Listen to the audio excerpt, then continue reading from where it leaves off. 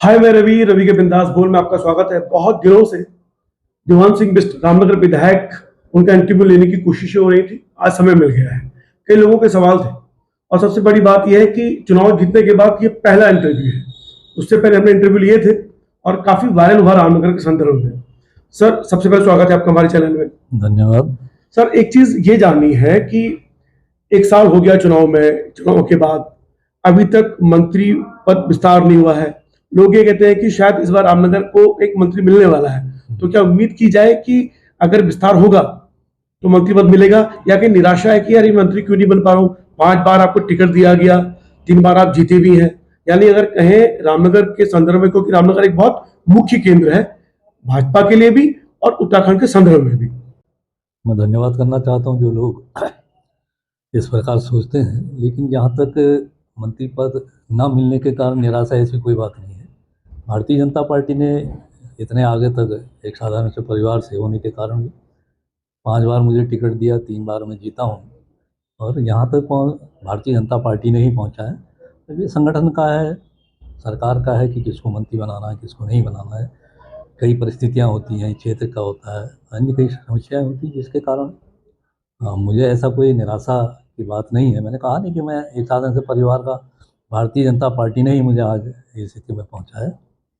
अच्छा सर, लोग कहते हैं कि इस 1 डेढ़ साल में आपने कोई काम नहीं किया। तो जहाँ तक कामों की बात है, अभी तो जनता, अगर काम नहीं किए होते तो जनता ने पुनः तीसरी बार मुझे विधायक बनाया है। और आप लोग भी देख सकते हैं कि क्षेत्र में कहाँ क्या काम हुए हैं। सड़कों के काम हैं, नलकूपों के काम हैं, अपने शिक्षा के क्षेत्र में काम है, पॉलिटेक्निक के क्षेत्र में काम है। ऐसे बहुत से काम हैं जो हमने कहे बाढ़ग्रस्तों के लिए हैं, सड़कों के निर्माण का है। तो ये तो देखने की चीज़ें हैं, ये कोई छुपी चीज़ें नहीं हो सकती हैं। सर, लेकिन सर, आपने कहा कि आपको काम के आधार पर वोट मिला है, लेकिन लोग कहते हैं मोदी के कारण आपको जिताया गया है और मोदी नहीं होते तो दिवान सिंह बिष्ट जी हार जाते। ये बात तो ठीक है कि मोदी जी के कारण आज देश में जिस प्रकार का देश का सम्मान बढ़ा है, स्वाभिमान बढ़ा है, स्वीकारता पूरे विश्व में बढ़ी है। अब कहने को तो लोग भी कहते हैं कि मोदी जी भी कुछ नहीं कर रहे हैं। देखिए, आप लोग देख सकते हैं कि हमारी सरकार, हमारे प्रधानमंत्री जी, हमारे मुख्यमंत्री जी क्या कर रहे हैं, ये आप लोग भी देख सकते हैं। आप अपने क्योंकि आप पत्रकार बंधु हैं, पत्रकार जो चौथा स्तंभ है प्रजातंत्र का, वो तो दूध का दूध, पानी का पानी करता है। लोगों का कई चीज़ें, लोगों ने बातें उठाई, ठीक है, समय लगता है। कुछ लोगों ने ये भी कहा, व्हाट्सएप पर भी डाला कि मालधन की रोड, आज जाकर देखें मालधन में कितने किस स्तर की रोड बनी है। मालधन में 6.5 करोड़ का पुल बना है। जिस रोड की बात लोगों ने बहुत ज़्यादा चर्चा है, आज वो रोड भी बन के तैयार हुई। हाँ, इसमें तो मैं माफी चाहूंगा टोकने के लिए, लेकिन हाँ, ये आपने सही कहा। क्योंकि जब मैं चुनाव सर्वे कर रहा था उसमें लोगों ने मुझे बोला मालधन की जो रोड है जो बना दी है वो बहुत अच्छी रोड बनी है, कि किसी हाल में नहीं बनेगी। ये जो रोड है पीछे आपके ही पीछे, उसका हमने आपके जो यहाँ के चुनाव प्रभारी थे परवेश रत्न जी, उनका भी हमने इंटरव्यू लिया तो उनको टॉन्ट भी कसा हमने कि देखो ये सड़क भी, अकेलीपुरा रोड भी आपने बना दी। लोगों ने कहा बनेगी नहीं किसी हाल में, लेकिन वो बन गई है। तो उसके लिए साधुवाद के पात्र है और लोगों को जवाब भी आपने सही दिया कि वो रोड आप देख लीजिए। सर, एक बड़ी दिक्कत है वन ग्राम। आपने कहा कि ये एक सवाल आया कि आपने कहा कि राजस्व ग्राम घोषित कर देंगे आप, और आप अपने वादे से मुकर गए आप। नहीं, ऐसा नहीं है। और ना मैंने कभी किसी भी वन ग्राम को राजस्व ग्राम बनाने की बात कही होगी।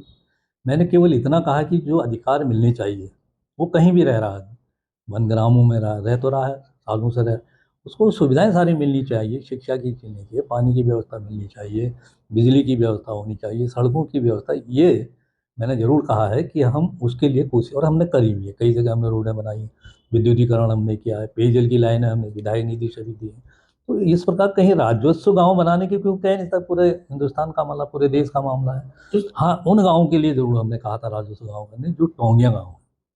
हमारे यहाँ 3 टोंगिया गाँव हैं, रामपुर, लेटी और चोपड़ा, जो 1932 में बसाए गए गाँव हैं। क्योंकि वृक्षारोपण उस समय, जिस समय करा गया होगा, तो उस समय अंग्रेजों के टाइम पर उनको, आज उन गाँवों को राजस्व करने की प्रक्रिया शुरू हुई है, प्रारंभ हुई है। यानी कि जिन वन ग्राम में अभी भी लाइट पानी की दिक्कत है, वो आप उस पर सुधार पे कार्य जारी है, आप ये कह रहे हैं आप? हाँ, बिल्कुल जारी, क्योंकि पिछली बार जहाँ विद्युतीकरण नहीं, हमारा सौर ऊर्जा के माध्यम से केंद्र की योजना थी, हमने प्रत्येक गाँव, और जहाँ तक ये सुंदरखाल की बात है, सुंदरखाल में भी दीनदयाल उपाध्याय की के माध्यम से विद्युतीकरण, आज भी पोल खड़े हैं, लेकिन उस समय अधिकारियों के जो अधिकारी थे उस समय उनके विरोध के कारण कोर्ट में मामला गया, तो इसलिए वो काम रुका हुआ है। आज पानी की भी हमने सुंदरखाल में मैंने अपनी विधायी निधि का भी पैसा वहाँ दिया है, और इस प्रकार से ये काम हम जो कर सकते हैं वन ग्रामों, वो काम हमारी सरकार कर रही है और अच्छे रूप में। हमने विद्यालय बनाए, चोपड़ा में हमने प्राइमरी विद्यालय बनाया, इसी प्रकार से हमने शिवनाथ तो नई बस्ती में विद्यालय बनाया। ऐसे कई जगह टीन शेडों के माध्यम से हम कर रहे हैं जो हम कर सकते हैं। जहाँ तक राजस्व ग्राम है, ये मैंने कभी नहीं कहा है किसी भी हाँ, टोंगिया गाँव के लिए ज़रूर हमने कोशिश की है, क्योंकि उत्तर प्रदेश में माननीय योगी जी के नेतृत्व में वहाँ जो टोंगिया गाँव वो राजस्व हुए हैं, उसी के आधार पर हमारी भी सरकार ने यहाँ उसको आगे बढ़ाया। सर, आपने कहा कि सड़कें आपने नाम गिरा दी है, लेकिन आपके बगल की सड़क है पुछड़ी की, सर वो कब बनेगी? वहाँ बहुत गड्ढे हैं और लोग कह रहे हैं कि वे बगल की है, गांव वाले विधायक जी को कभी सड़क में उनको ले आओ।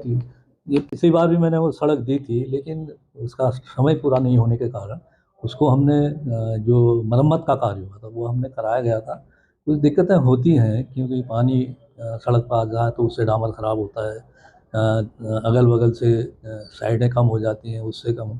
तो उसके लिए इस बार हम कोशिश, एक पुलिया की अभी भी मैंने एक पुलिया के लिए वहाँ शासन को भेजा है, शायद वो स्वीकृत हो गई। तो पुलिया के कारण भी पानी सारा सड़क पर आ रहा था, तो जो कारण है उनको देखते हुए इस बार हम उसको पुनः नवीनीकरण में उसको रख रहे हैं। एक कांग्रेस के मित्र का बड़ा मैसेज आया है कि शिक्षा हब बन सकता है रामनगर, उसके लिए कोई योजना है, कोई प्लेटफॉर्म है आपकी नज़र में? देखिए, शिक्षा हब रामनगर पहले भी है, आगे भी रहेगा और आगे भी हम कोशिश कर रहे हैं। यहाँ इंटर कॉलेज हमने अटल उत्कृष्ट के तहत 2 विद्यालयों को लिया था। पीएम श्री के माध्यम से, जब नई शिक्षा नीति के माध्यम से हमारे 2 विद्यालय 4 विद्यालय लिए गए। तो इसको हम कोशिश कैसे उसका ठीक किया जाए, और हमने कोशिश, और मैंने भी एक विद्यालय, हमारी शिक्षा मंत्री जी का आदेश था कि हर विधायक को एक विद्यालय गोद लेना है, तो मैंने भी अपने जस्सा गांजा इंटर कॉलेज जो है उसको मैंने गोद लिया है। तो हम उनके हब के कोशिश कर रहे हैं। और जहाँ तक पॉलिटेक्निक का, हमने पॉलिटेक्निक को बढ़ाया है। पिरुमदारा में एक ब्लॉक पूरा नया 15 करोड़ की उसका काम प्रारंभ हुआ, और उसी प्रकार से ESTG के माध्यम से हमारे कानिया में केंद्रीय योजना है बहुत बड़ी, वो भी पॉलिटेक्निक है, मतलब एक अच्छे स्तर का पॉलिटेक्निक हम यहाँ बना रहे हैं। और डिग्री कॉलेज की भी व्यवस्था, वहाँ भी विषय खोलने की बातचीत सब चल रही है। कहीं भी बीच में भी हमने मांग भी की है, और निरंतर वो कार्य किए जा रहे हैं, जिससे कि सर क्या कभी रामनगर जो है medical college, engineering college, MBA यानी जितने भी प्रोफेशनल कोर्सेज हैं उनके लिए केंद्र बन सकता है? कोशिश कर सकते हैं? कर सकते हैं, क्योंकि होने भी चाहिए, कोशिश करनी भी चाहिए। तो आप कर रहे हैं योजना, आप इस योजना पे काम कर रहे हैं? आप कर रहे हैं। जैसे हमारा सांवल HM है होटल मैनेजमेंट का, उसका काम भी प्रारंभ हुआ है, वो पूर्ण होने के स्थिति में है। और हमने सेंटर विद्यालय की भी मांग की है। अब मानक के भी कई चीज़ें, कहीं परेशानियां करते हैं कि मानक पूरे हों, जो मानक हैं, तो इसके लिए कोशिश हमने की है। सर क्या ये भी होता है, जैसे आप विधायक, अगर आप मंत्री होते तो शायद कि रामनगर को ज़्यादा तरक्की मिल सकती थी, क्या इसको जोड़ सकते हैं इस संदर्भ में? चलो, ये तो ठीक है कि जब का पावर होता है, कुछ ना कुछ होता है, लेकिन जहाँ तक मानकों का है, वो मंत्री हो, मुख्यमंत्री हो, जो मानक हैं, मानकों के हिसाब से वो कार्य होते हैं। अच्छा, कई बार ये देखा गया कि रामनगर में कई अधिकारी बड़े मनमानी करते हैं, वो लोग यही कहते हैं कि विधायक इतने सीधे हैं, उनको दबाव नहीं बना पाते, तो क्या वास्तव में ये है कि अधिकारी मनमानी कर रहे हैं और आप उन पर दबाव नहीं बना पा रहे हैं अपना? देखिए, ऐसा है, ऐसा तो कहीं नहीं है कि विधायक की बात को कोई अधिकारी ना माने, कोई कर्मचारी ना माने। हाँ, ये हो सकता है कि जिन लोगों को शिकायत है वो बताएं कौन अधिकारी नहीं मानना है। अच्छा, यानी कि आपके पास शिकायतें नहीं पहुंच पाती, ये कह सकते हैं आप ना? अच्छा, तो देखिए, मैं इस वीडियो के माध्यम से कहना चाहता हूँ कि अगर कोई अधिकारी मनमाने काम कर रहा है तो आप ये शिकायतें माननीय विधायक के पास ला सकते हैं, ये बहुत जरूरी भी है। और इस विषय में पूर्व SDM ने यहाँ पे एक, उनसे मैंने कहा भी, तो उन्होंने कहा कि देखिए, ऐसा सोशल मीडिया में लिखने से कुछ नहीं होता है, सवाल हमारे पास आने चाहिए, उस पर कार्रवाई होगी। अब कहाँ हम बार बार सोशल मीडिया में देखते रहेंगे, ये उनका जवाब था। सर एक चीज़ और कि ट्रांसपोर्टरों की एक शिकायत आई है कि खनन तो अवैध हो ही रहा है, ट्रांसपोर्टर शिकायतों से तगड़ी मोटी रिश्वत मांगी जा रही है, तो क्या ये आपके संज्ञान में आया मामले के? अब भाई, एक चीज़, ट्रांसपोर्टर लोग बुरा ना माने, आखिर वो क्यों मांग रहे हैं? अगर मांग रहे हैं तो आप क्यों दे रहे हो? आप नियमानुसार काम करोगे तो किसी को देने की आवश्यकता नहीं है, क्यों दे रहे हैं? अगर ऐसा कहीं है, हमारे पास तो कोई शिकायत आई नहीं है कि साहब हमसे वसूली की जा रही है, अगर किसी के पास है तो वो प्रमाण दे, तो मैं बात अच्छा, करूँ। जिन्होंने ये सवाल किया है, मुझे ऐसा लग रहा है कि अब ये कहना चाहते हो शायद कि रिश्वत तो दिलो कि कम रिश्वत दिलवा दो, ऐसा तो नहीं है कहीं?